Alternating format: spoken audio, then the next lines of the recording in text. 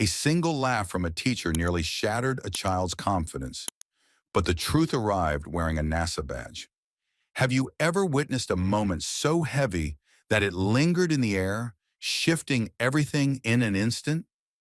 That's exactly what unfolded in Ms. Worthington's third grade classroom at Prescott Elementary in Chandler, Arizona.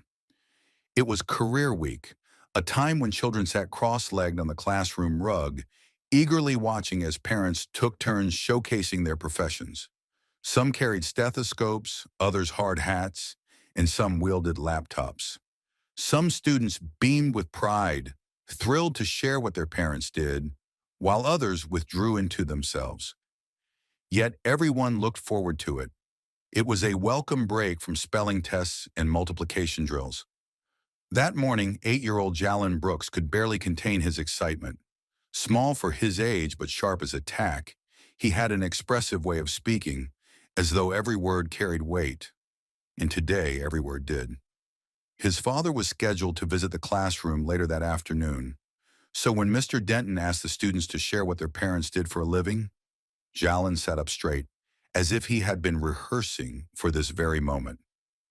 "My dad," he announced, puffing out his chest, "works at NASA." A brief silence followed, not one of curiosity, but of disbelief. A few students snickered. Someone whispered, "Yeah, right." But the reaction that hurt the most came from the teacher himself. Mr. Charles Denton, a man in his early 40s with thinning hair, khakis, and a neatly tucked-in polo, let out a chuckle. It wasn't a deep, booming laugh. No, it was the kind of low, dismissive snicker that makes you feel insignificant. "NASA, huh?" he mused, raising his eyebrows as if Jalen had just claimed his father. "Built rocket ships in their backyard. That's quite the imagination. Maybe next time we aim for something a little more realistic." A few kids laughed again. One girl even repeated his words under her breath. "More realistic," like it was some kind of inside joke. Jalen didn't argue. He didn't try to defend himself. He simply lowered his gaze to the rug, tapping his sneakers together, his once animated hands now curled into small fists. Mr. Denton moved on, unaware, or perhaps simply indifferent, to the way Jalen's shoulders slumped, how the light had faded from his eyes. But someone noticed. Mila and Gwen, who sat beside him, leaned in. "I believe you," Gwen whispered. Jalen didn't reply. He just nodded slightly, his gaze still locked on the floor. The rest of the morning passed in a blur. Parents came and went, proudly talking about their jobs. Jacob's dad, a firefighter, Chloe's mom, a baker.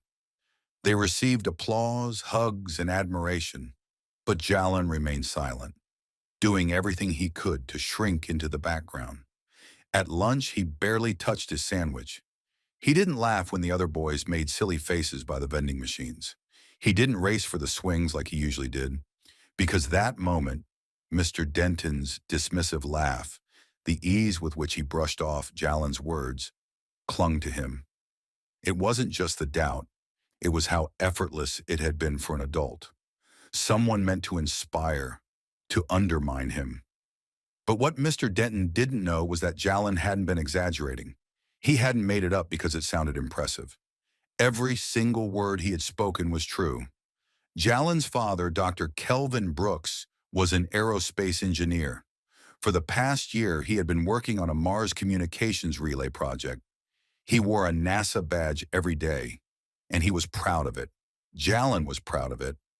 But in that moment, none of it seemed to matter, because the man standing at the front of the room found it impossible to believe. But the day wasn't over yet, and soon someone was going to walk through that classroom door and change everything.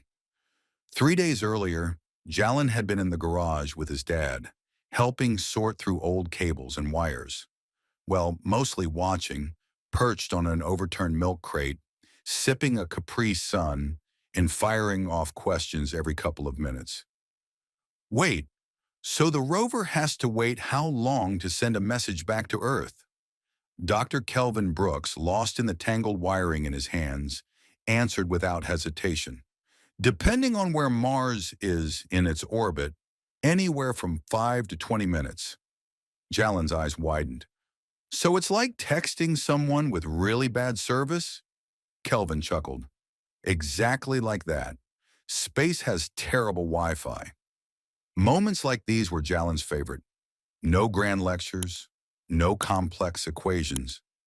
Just time with his dad, where science was fun and the impossible felt within reach.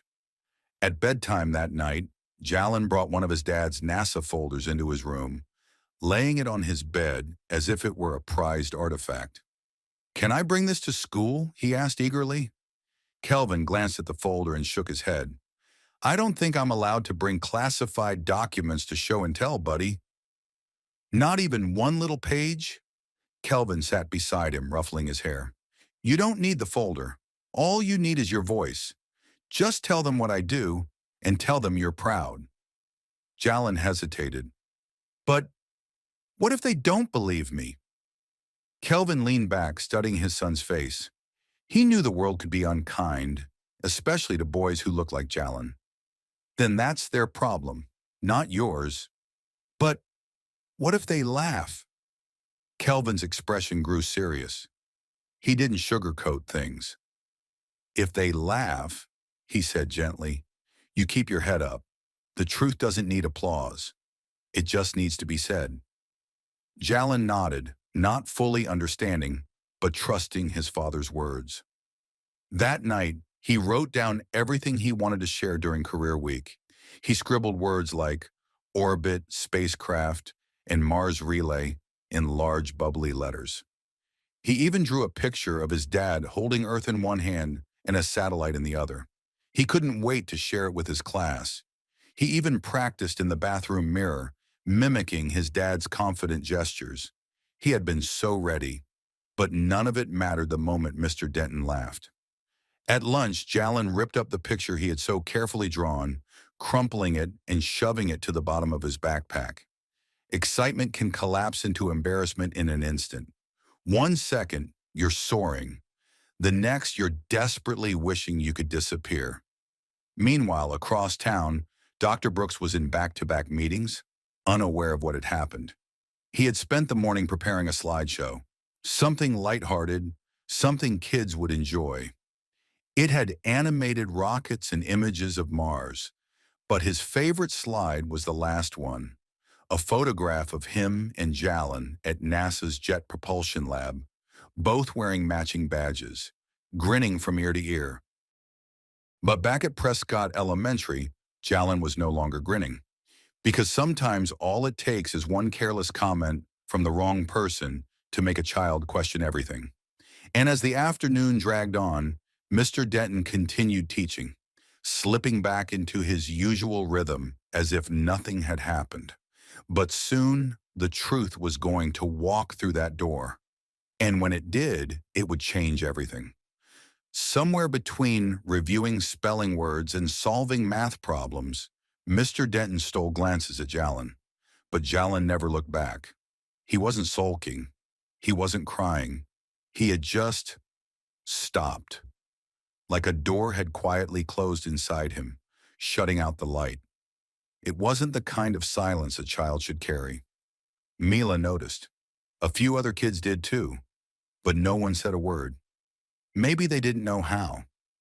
The final hour of the day arrived. The much-anticipated career presentations. Mr. Denton moved through the room, straightening desks into neat rows, adjusting the whiteboard easel at the front, calling parents in one by one from the hallway. Jalen barely saw any of it. His focus was locked on the clock, watching the minutes slip away. One by one, parents stepped in and shared their worlds. Chloe's mother, all smiles, passed out cupcakes from her bakery, each one topped with tiny cookie-shaped business cards. The room filled with sweet laughter. Then came Thomas's uncle, a mechanic brandishing a tire pressure gauge like it was a treasure map. The kids gasped and clapped, their little hands eager to touch something new. But Jalen sat frozen, palms damp, knees bouncing beneath his desk. His heart pounded with a hope so fragile it felt like glass. What if his dad didn't show? What if traffic swallowed him up? What if he forgot? What if, what if Mr. Denton had been right all along? And then a quieter, crueler thought slipped in like a shadow. What if my dad isn't who I think he is? Jalen shook his head, trying to push the thought away. But doubt once planted has a way of growing roots. At the front of the room, Mr. Denton stood with his clipboard, calling the next name. But before he could finish, the door opened, and in walked Dr. Kelvin Brooks, a navy blue blazer, crisp white shirt, slacks pressed sharp enough to slice through doubt, and clipped to his chest, gleaming under the fluorescent lights, was the unmistakable NASA badge. The air in the room changed. Jalen's chair scraped against the tile as he sat up so fast it nearly toppled. His mouth parted, but the words never came. He didn't need them. His father was here. Kelvin's gaze swept the room, scanning rows of wide-eyed third graders before landing on his son. He gave a single steady nod. No flashy entrance. No exaggerated grin. Just presence. Just certainty. And then, in a voice that was calm but carried weight, he spoke. "Hello," he said, letting the words settle into every stunned silence. "I'm Dr. Brooks. I design spacecraft," not a whisper, not a giggle, just pure, absolute stillness. A stillness that said this was not what they had expected. And standing at the front of the class, still gripping his clipboard like an anchor, was Mr. Denton, suddenly very, very quiet. Kelvin didn't need props. He didn't need to prove anything. His presence alone rewrote the moment. Mr. Denton's lips parted slightly, as if forming a thought he hadn't prepared for. His eyes flickered from Kelvin to Jalen, then back again. Maybe, just maybe, he was realizing what his doubt had done. But he didn't apologize. Not yet. A small hand shot up. "Do you fly rockets?" Kelvin chuckled. "Not quite," he said, "but I help build the systems that let rockets talk to us after they leave Earth. Think of it like this. Spacecraft need phones. We build the phones." A murmur spread through the room. Another hand went up. "Like space iPhones?" Kelvin grinned. "Sure, but with really bad reception." Laughter. Genuine, unforced laughter. Jalen even smiled. Kelvin clicked a button on the screen, and images flickered to life. Diagrams of the Mars Relay Project, satellites in deep orbit. A massive control panel lit up like a constellation. "What you're looking at," he explained, "is part of how we stay connected to robots on another planet. We make sure they can call home." The kids leaned in, captivated. But Mr. Denton? He stood off to the side, hands clasped behind his back, face unreadable. Kelvin didn't mention what had happened earlier. He didn't need to. But just before closing, he paused. His gaze swept the room, calm and unshaken. "I heard someone say earlier that working at NASA might be unrealistic." His voice was steady, letting the words hang just long enough to be felt. Then he turned to Jalen. "Well," he continued, finally allowing himself a small smile, "I guess some people have a different definition of realistic." Jalen exhaled, as if he had been holding his breath all day, and in that moment, something in him unlocked. He sat taller, his fists unclenched. The doubt that had clung to him like a weight all morning, it was gone. Mila nudged him gently. "Told you so." At the front, Mr. Denton cleared his throat, his voice thinner than before. "Thank you, Dr. Brooks. That was informative." Kelvin gave a polite nod. Then, glancing at the clock, he straightened his blazer. "I'd stay longer," he said, "but Mars doesn't like to be kept waiting." Laughter rippled through the room as he turned to leave. But just before he stepped past Mr. Denton, he stopped. Just for a second. Just long enough. "I hope your students always feel heard," he said, voice low and even. especially the ones who dream big. And then he was gone. But the weight of his words, that stayed. For a full beat, Mr. Denton didn't move. He just stood there, clipboard in hand, looking suddenly smaller than before. When he finally turned back to the class, he tried to push forward, calling on the next parent. But something had shifted, because nobody, not the students, not Mila, not even Jalen, was thinking about tire gauges or bakery cupcakes anymore. They had just seen something bigger than all of that. By the time the final bell rang, chairs scraped back, backpacks zipped, and kids poured into the hallway. But Jalen didn't move. He stayed at his desk, hands folded, waiting. And Mr. Denton? He stood beside Jalen's desk, shifting his weight, like a man searching for the right words, realizing too late how much they matter. "Hey," Mr. Denton began, his voice almost too casual, like he was trying to act like nothing had happened. "Your dad seems like a really smart guy." Jalen slowly lifted his gaze to meet his teacher's eyes. "He is." Mr. Denton nodded. "Yeah, I can see that." He paused as if gathering the courage to say something difficult. "Look, I wanted to apologize. I think I may have jumped the gun earlier." Jalen stayed silent, not reacting right away. Mr. Denton cleared his throat, clearly uncomfortable. "What I meant to say is, sometimes teachers, people in general, make mistakes. We don't always realize when something we say comes out wrong." Jalen's eyes didn't leave him. After a moment of stillness, he spoke, his voice steady but sharp. "But you laughed." The words hit Mr. Denton hard. His face tightened with guilt. "Yeah," he admitted quietly. "I did, and I'm sorry for that. It wasn't right. I should have listened." Jalen didn't nod, didn't try to soften the moment. He just stared at Mr. Denton, letting the silence speak. Finally, Mr. Denton added, his voice just above a whisper, "I hope you'll give me a chance to do better." Jalen stood up slowly, slinging his backpack over one shoulder. His movements were deliberate, heavy with the weight of everything that had transpired. Before walking out, he turned slightly, looking over his shoulder. "It wasn't your imagination," he said quietly. "That's really my dad." And with that, he walked out. Mr. Denton stood there for a long moment, staring at the empty desk. One hand still on it, the other shoved in his pocket.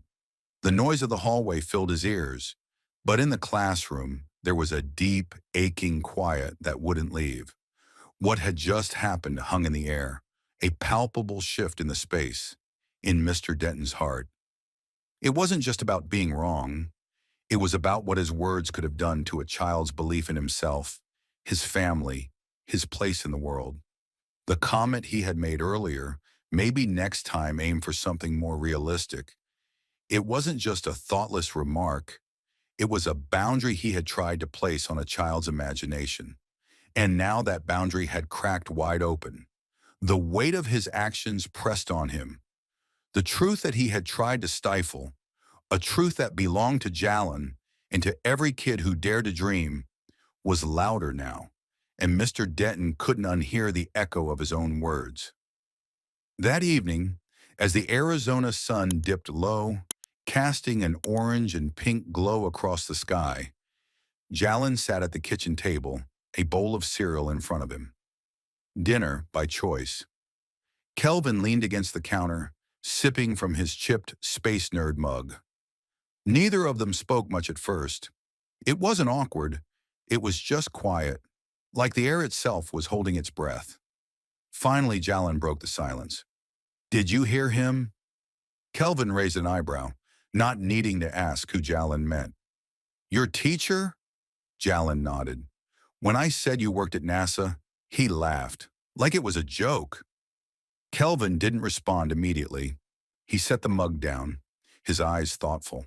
Then slowly, he walked over and sat across from his son. "Yeah," he said softly. "I heard." Jalen frowned, the words carrying a weight he wasn't ready to shake. Why do people do that? Kelvin's voice was calm, steady, almost like he was trying to teach without pushing. Because sometimes people see the world in a small box, and when something doesn't fit inside it, they laugh. It's not always about hate, sometimes it's just ignorance. He paused, meeting Jalen's eyes. But it's not your job to shrink for them. Jalen stirred his cereal absent-mindedly, his mind still tangled in the moment. I didn't feel smart anymore. Kelvin's expression softened, his voice taking on a deeper, more serious tone. Don't let someone else's doubt erase your truth. You know who you are. You know who I am. That's what matters. Jalen nodded, just slightly, feeling the weight of his father's words sink in. And you did good today, Kelvin added. You told the truth. You held your ground. That's brave. A small smile tugged at Jalen's lips, but it was quiet, reflective. It wasn't a triumphant smile. It was a smile that acknowledged something deeper, a truth he'd had to fight for. The next morning, everything felt different.